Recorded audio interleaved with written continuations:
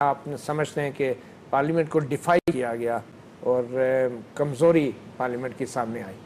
مطیلہ موقع تو متعدد ہیں، لیکن اس میں امپورٹنٹ چیز دیکھنی پڑے گی کہ کون سے ایسے اسٹیٹ انسٹیٹیوشنز ہیں یا جو ادارے ہیں ہمارے گورنمنٹ کے، ان کے سربراہان اور اسٹیٹ انسٹیٹیوشن کے سربراہان یا ان کے متعدد آفیشلز وہ پارلیمنٹ کو یا پارلیمنٹری کمیٹیز کو وقت کیوں نہیں دیتے؟ اچھا، اس میں ٹو وے ہے کہ اگر آپ اسرٹ نہیں کریں گے، اگر آپ اس پہ کسی کو کوئی ہینڈ ہوگا، کوئی نہیں دیں گے، نہیں کریں گے جس پہ کوئی ایکشن لیا جا سکے،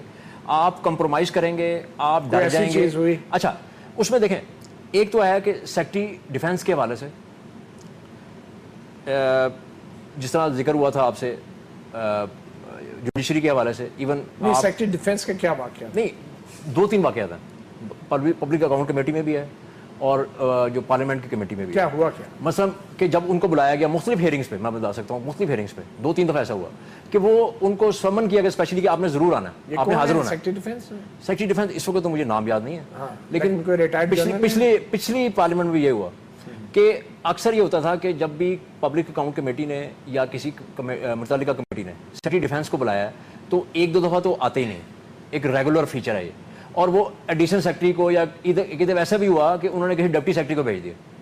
اس پہ وہ کمیٹی کے سربراہ سیکھ پا ہوا ہے کہ جی آپ نے یہ کیا کیا، ان کو اگلی دفعہ حاضر ہونا چاہیے۔ اچھا، same is the case with judiciary کہ جب آپ کی جو رجسٹرار ہیں ان کو بھی آپ سمن نہیں کر سکتے، ٹھیک ہے۔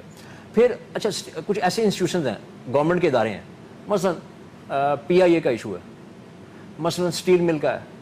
مثلا گورنمنٹ کے ایسے ادارے ہیں یا منسٹرز ہیں، کئی دفعہ وہ بھی پیش نہیں ہوتے تھے کمیٹی کے سامنے۔ اچھا، پاکستان میں پرابلم کیا ہے؟ متعدد واقعات ہیں، لیکن پرابلم یہ ہے کہ میرے خیال امریکن سسٹم تو ہم اس کی مثالیں بہت دے سکتے ہیں، جس طرح پی ٹی آئی مثالیں دیتے رہے ہمیشہ عمران خان صاحب، یورپ کی، امریکہ کی، پارلیمنٹری ڈیموکریسی نارمس کی،